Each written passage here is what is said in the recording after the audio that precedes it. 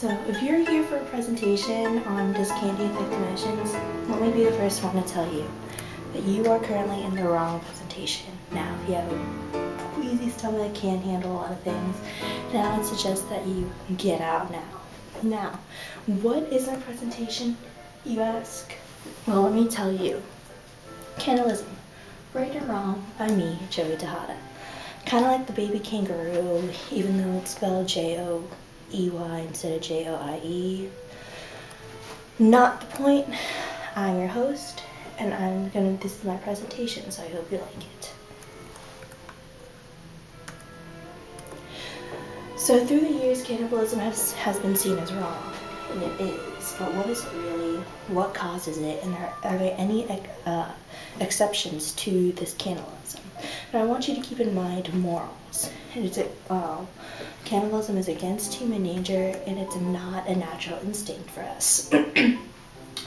We weren't made to eat another human being, hunt them down in the street, and consume them. No. Maybe cows, if you're a cow out there or something, or a pig. And I'm sorry, but I'm gonna eat you. I like bacon.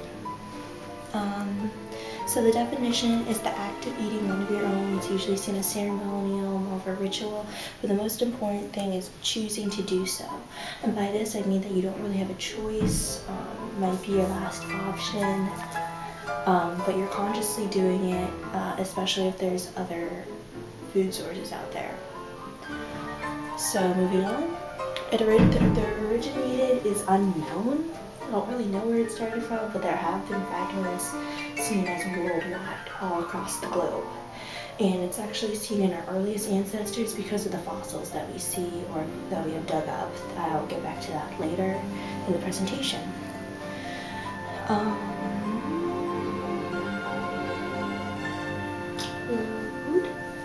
Technical difficulties, there we go. So what is it commonly used for? It's actually commonly used to initiate fear. This is usually during a war zone. It's also a symbol of love. It's a promise that you'll never forget that your deceased loved one or friend. And it's, in a way, it's getting closer to family. There are many cases of which females are eating each other's placebos in hopes of getting closer to that person.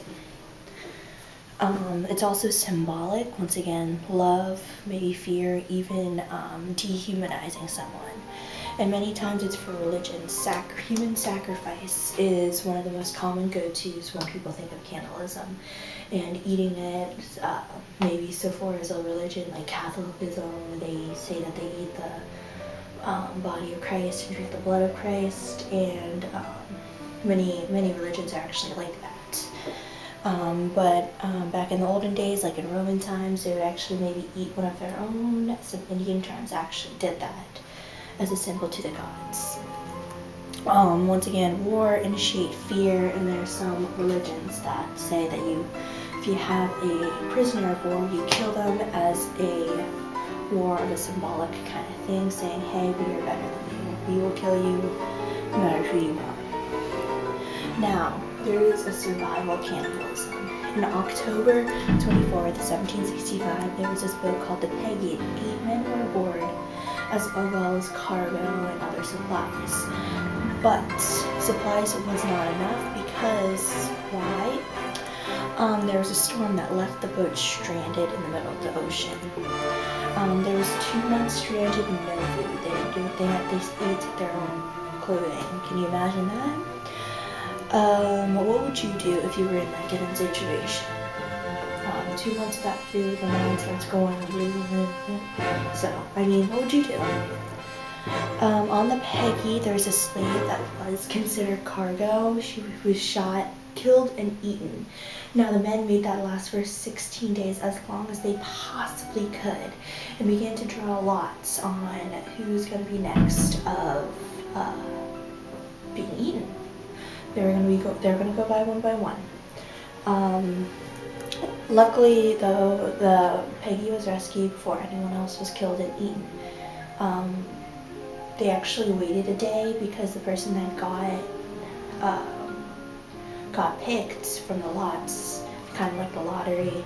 They picked a paper from the hat. was actually a well-respected man on the ship, and they didn't want to eat them, so they waited a day in hopes of being rescued. Luckily, they did get rescued. They admitted to eating human flesh, but do not consider themselves cannibalists. But are they cannibals? The law actually overlooked this because they did a humane way of dying. They did a shot to the head on the back, so so that was humane. No one had to suffer. They drew lots, and that was seen as fair. They didn't say, hey, we don't like you, we're gonna eat you, done. When they set the sails, sailors do have unspoken rules. They're 3. They need to do anything to survive. There's always the possible of danger, and there's a great chance of death. So, in a way, they kind of knew that they had to eat their own brethren to survive. If it had to come to it. So survival mode for cannibalism is actually broken down into a science because we're not naturally cannibalistic. Soon everyone gets hungry, and soon enough hunger becomes starvation, and that's when there's no blood cells delivering enough food throughout the body. So you can't think straight. Starvation, and when you come to the point of starvation, the body begins to use its own sources to survive. There are 3 stages. The first is carbohydrates and sugars begin to get eaten within your own body. Sorry. Then goes your fat reserves. You become just skin and bone, so you can see your ribs and joints and all that. Fun. But the last point is that the body begins to eat its own protein. And that's the final stage. Your own protein, that means the body begins to eat itself, and your muscles begin to weaken a lot because muscles need protein. We knew this when we were kids. But your muscles need protein, and so thus you're still able to function, but you become all too weak. That means you become more and more vulnerable to that, to anything really. And so eating your own protein, many of you guys may not understand this, but there was a quote from the video that I used that it compared your body eating your own protein to lighting your house on fire to keep warm. You're killing yourself, basically. Once again, if there's still no food, the body begins to shut down what is not needed to survive. So it keeps the brain functioning, the lungs functioning, and the heart functioning. So those are basically the 3 organs that your body needs to survive. If there's still no food, the cerebral cortex of your brain shuts down. That's the outer part of your brain, and that holds human emotion. That pretty much separates us from being complete and utter monsters. Kind of like snakes or spiders killing something. You don't have no thought, you don't have any logic, there's no ethics there, it's all gone. You're on full-blown survival mode, and at this point is when you start saying, hey, cannibalism is okay. It's the survival of the fittest at this stage. That means the men on the Peggy were pushed. Given the circumstances, they were pushed to their limits. 2 months without food, they ate whatever they could on them, but they just got pushed to the last stage that cannibalism was okay, and we were just another livestock. It was the will to live. It was seen as the beast inside. They were just surviving, but is that cannibalism? I don't think so, because they weren't given a choice. No choice, because once again, going back to the definition, it's choosing to do so, but given the circumstances, they couldn't think straight. Their body was shutting down. They couldn't comprehend exactly what happened. So why are they not cannibalists? I think so, because they did a humane way of killing. They didn't torture anyone. They prolonged the meat as much as possible. They went as far as they could without food. I personally can't go a day without eating. With my little snack or my little water, I can't do that. They also admitted to eating human flesh instead of hiding it. And they knew the circumstances upon the journey. Once again, the 3 unspoken rules when you become a sailor. So once again, the surviving, the circumstances were understandable. Death was inevitable, but they prolonged as much as possible. They had to survive, and their body was beginning to shut down. They were not able to think right. And after they got rescued, there were no records of them going out on a killing spree and eating people on the streets. So, I mean, I don't qualify them as cannibals, because within that given situation, what would you do? I don't know what I would do. I mean, if I can't think straight, if I just have a reptilian-like brain, God knows what. So I'm going to take you on a journey here. Imagine you're on the vast ocean, alright? Just sailing along, cruising, no land in sight. You're free until a gigantic storm comes up. It starts rocking your boat, and thus leaving you stranded right there. No land in sight at all. And it's hot, the sun's beating down on you, and you are just so hungry. And you're just so hungry, and you begin to look at your other crew members like this. Let that sink in for a second. Alright? Is that cannibalism? Given all those circumstances in the span of 2 months and 16 days? Maybe even a little bit longer than that? No. That's surviving. Alright, will to live, beast inside, body shutting down, you have no choice. Now, the other symbolic of this is love, alright? This is seen as Papua New Guinea. An anthropologist named Shiley Lindenbaum discovered a cannibalistic tribe in Papua New Guinea. And they ate dead family and friends as a symbol of love, so that the dead was living inside the living, so to speak. But many other people saw this as good food, that, hey, this is delicious, I'm gonna keep eating it. It was, new food source and delicious. And in case you don't know where Papua New Guinea is, here's Australia, the Philippines. Many of you guys may know where that is because of the recent events. Papua New Guinea is just right here near Equator, near Indonesia. But there was a problem. There was a cycle going on. People kept dying. People kept dying. The people that kept dying were the people that were eating the dead. Why? Why do people eat the dead? Because out of love? Or because it's good food? Why do people keep dying? And why? Why is the cycle never ending? Why can't they stop this when they see people were dying? But what was the reason people were dying? There was a disease called Kuru, and that literally means shaking death. The stages are that the body trembles without control. They're unable to control their limbs, kind of like when you shake because you're cold and you begin to twitch and you can't stop. Unable to control bodily fluids and basically become a vegetable. You can't help yourself, you're just there. You can't take care of yourself. This can take the minimum of 9 months to go to death, but there are some cases that there have been years of between dying. Kuru begins to start, and there could be a span of 40 years of that terrible condition, and then they finally die. Now, Kuru actually affects the brain. There are a couple of pictures here.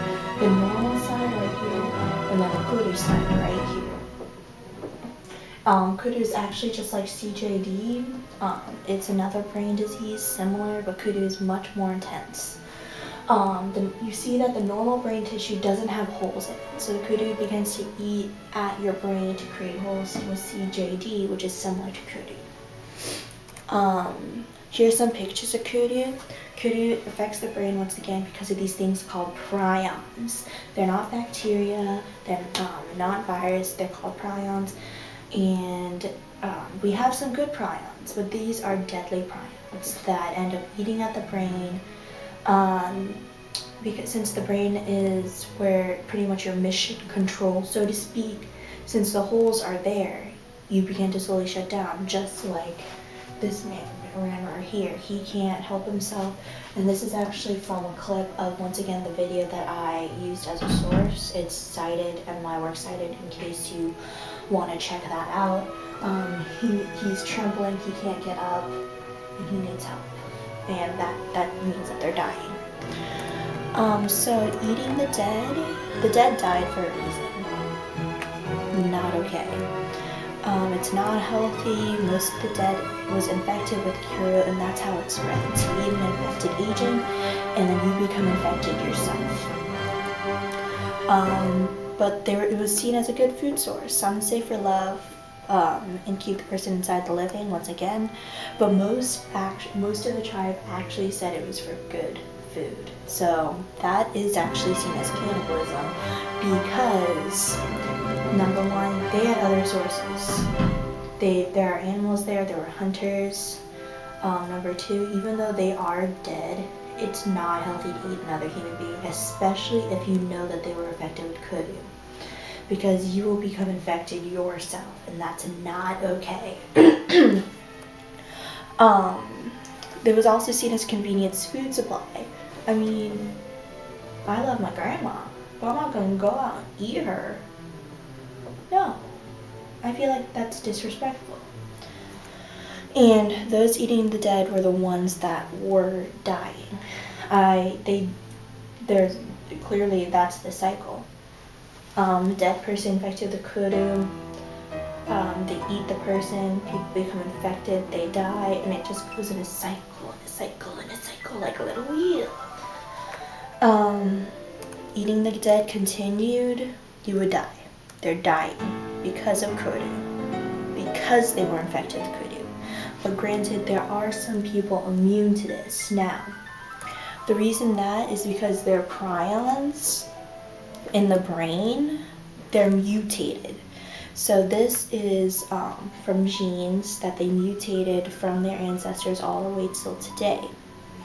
That means that their ancestors more than likely ate human flesh and developed a immune system that is able to go against these prions, and it's seen as a mutation. It's not normal. So love and good food, it's not healthy. Don't go out and eat your grandma. That's how the spread of diseases start, and not everyone is immune to this. I don't recommend doing it at all.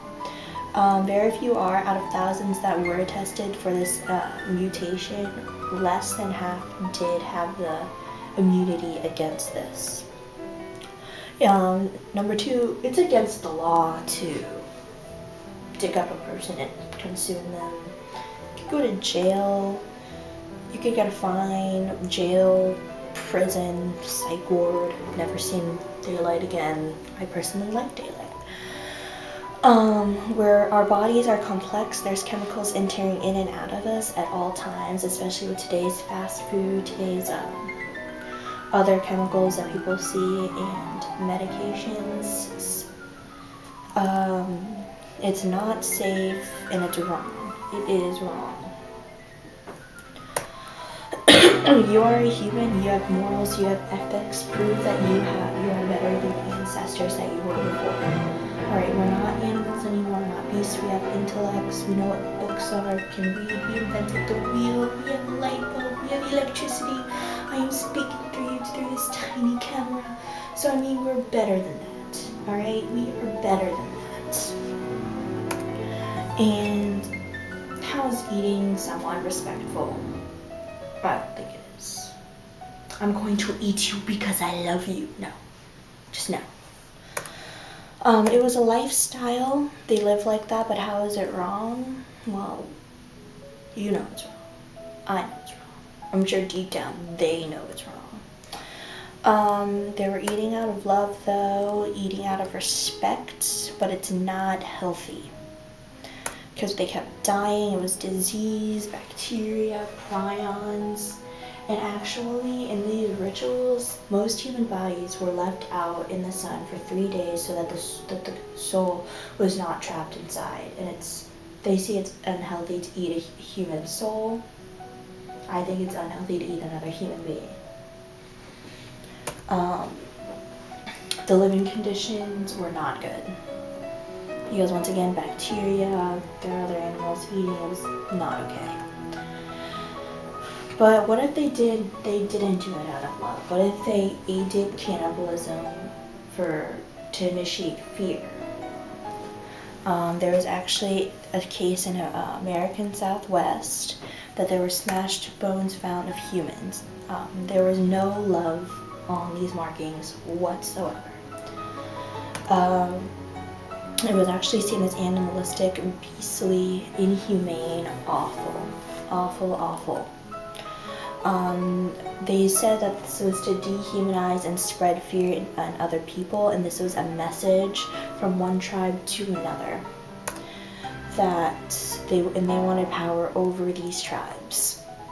There is, upon further research, there was no shortage of food or livestock or crops found in this American Southwest wave in the BC times. So clearly there was something going on there. It was savage. It was awful. There were bone fragments smashed, burned, just anything that you can think that is awful for a human being physically to kill them. That's what they found upon the bones, the markings on the bones. And what does this say? That it was not a necessity, that in the definition they had a choice on whether to do this or not, and they took the cannibalistic way of being an animal, being absolutely brutal to these other tribes, and that they just wanted power. They wanted to initiate fear, power, and it was a warning and a message saying, hey, you guys are just livestock, we can kill you, we will eat you, you are less than human, we are in no way, shape, or form on the same level. We're here, you're down here, we will crush you. There was also a ritual burial. They chopped up the dead, buried them all together, and ate the flesh beforehand. So they chopped them up, they ate them with a piece of fried chicken, and then buried them all together because, hey, we shouldn't care about this. Kind of like when we go to KFC or something, I eat the bone, put them all together, put them in the trash. Dehumanizing, doesn't matter, doesn't care. And that was back then. But what about now? Is there cannibalism now? The answer is yes, in this day and age. In China, there have been abortions, but female fetuses are sold and consumed. So people in China, they have a baby. Usually if it's a girl, they have the fetus and they sell it, and it's consumed. Because of the one child per family policy. Because of this law, there have been many cases of which in China, they abort their child early, but what do they do with the fetus? They eat it. Yes, they eat a child. It's seen as a delicacy. Male babies are also aborted, and that's when a male fetus that's called as a high delicacy. So female fetuses are called as a delicacy, while males are seen as a high delicacy.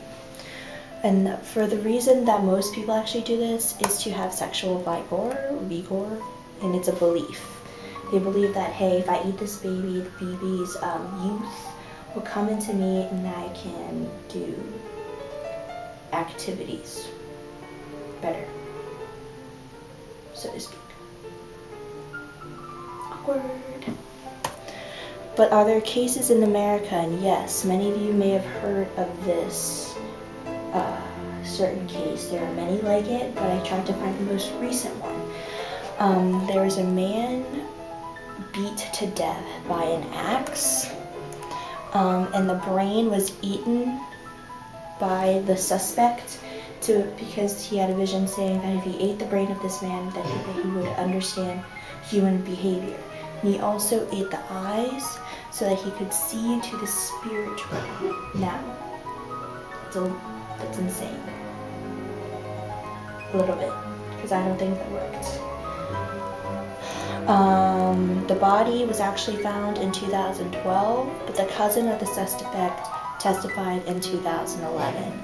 He said the cousin of the suspect said that he saw the suspect with bloody clothes, chopsticks, as well as the suspect told him that he ate a brain and eyes with sake, and that's an alcoholic drink if you didn't know that.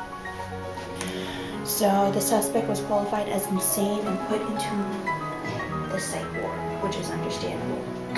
But eating a person is equally as insane, even if you see them as good food. You are human, you have morals. Once again, we are better than that. We can surpass past this, and it's not healthy, man, and it's illegal. Is it worth going to jail just to have a taste of that with your neighbor down the street? A little bit of beer and soy sauce? No, it's not. So cannibalism views, there are the many views of cannibalism: surviving, eating the fallen, the dead, in hopes of you to live, and it's the survival of the fittest.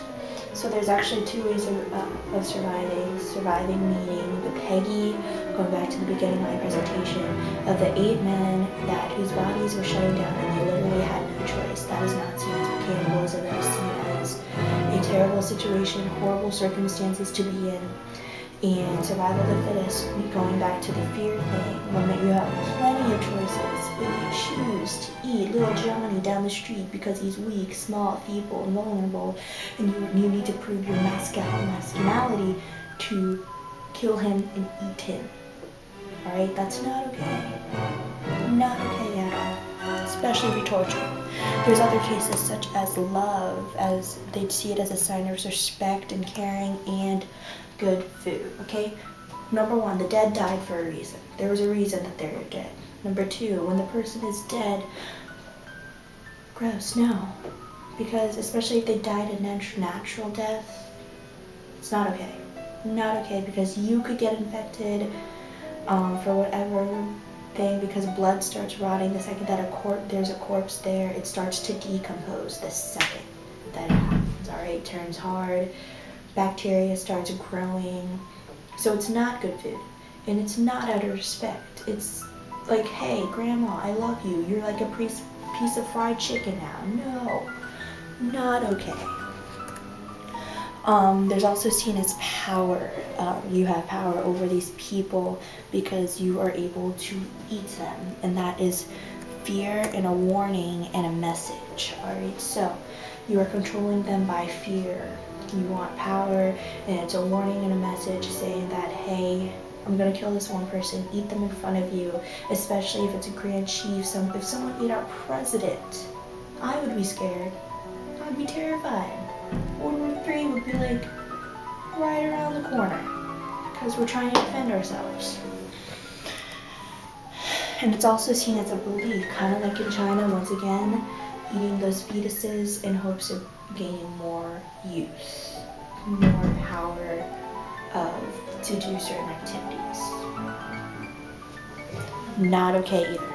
That's really disgusting. The continuation of cases today of the China, they eat dead babies, and it's seen as high-class food because of the one-child policy. And there's also one child per family policy has actually driven them toward this.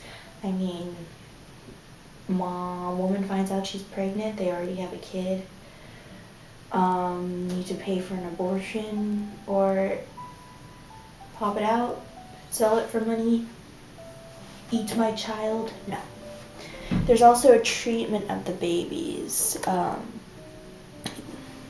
Treatment of babies, they treat them as food. There have been cases that Chinese police have found bags upon bags upon bags of babies stuffed in them, some of them actually still alive.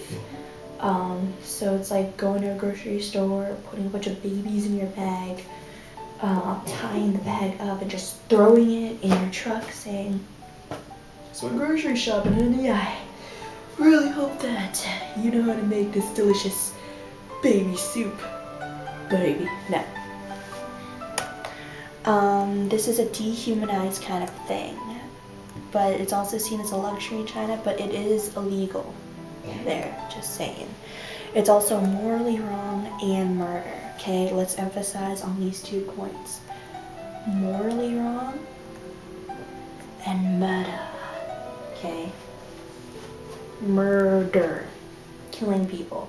That we know is all wrong. You don't decide of who gets to live, who gets to die. And you shouldn't be the one to decide, we don't want this baby, we're gonna treat it like a thing of fried chicken. Come on, let's split it. No. And it will not help you, so to speak, with certain sexual activities. Won't help you. I can guarantee that. And in America, was that insanity? Killing? Is that ever okay? No, it's not. No, it's not. I don't think he was insane. I think he was just evil. But there has been a case of that he formally apologized to the family. Maybe, I can't say it for the guy, maybe because he got caught, or maybe he was actually legitimately sorry and he understood what happened. Maybe he was just evil in that moment, and maybe he just has a mental disorder. That's what insanity is, a mental disorder, a horrible mental way of thinking, in my opinion. Yes, evil. There are many cases of people eat another human being that it's Satanism, worship Satan, and in a way we associate Satan with evil, terrible things, hell. Just to let you know, all are equal, and it's illegal to kill people. Eating pretty much means no respect and that, hey, I am better than you. Alrighty, not good things, not good qualities to have in a person. Is it ever okay? There are certain circumstances like surviving, and it's a last resort, seen on the Peggy. But that is seen as arguable, but I see it as okay given the circumstances, because number one, there's science behind it, and your body literally begins to shut down, and you can't think right. You have to survive. You have to survive. But there are other cases like love, there's disease, rituals, and the rituals usually go bad. And once again, leave it there. Setting at the bottom, there's a corpse and there's a demon. So don't. And that's what disease is about. Bacteria could, I don't know if I could, would you? Terrible, terrible conditions. So, and there's also seen as power. To dehumanizing, to torture, and so it seems I'm making a video actually got cut short a little bit. Is it ever okay, given the circumstances, surviving with last resort, and it's arguable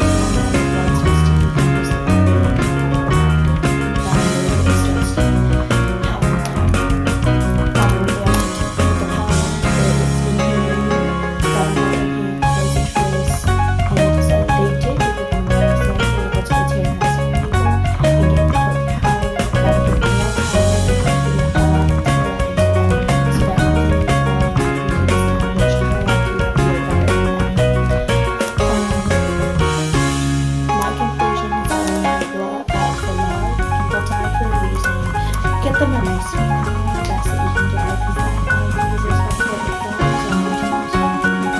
And kind of that's really I wish that we could do it. Respect that.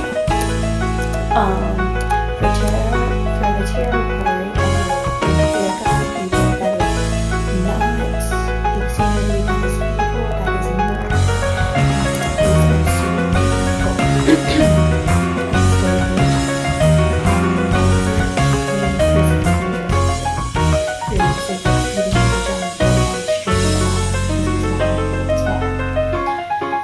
as well as the belief.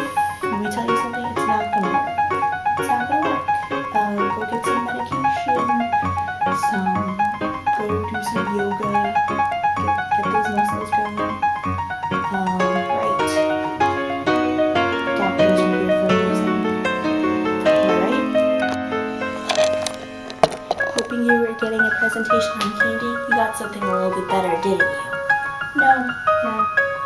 I'm not sorry that you had to go through this.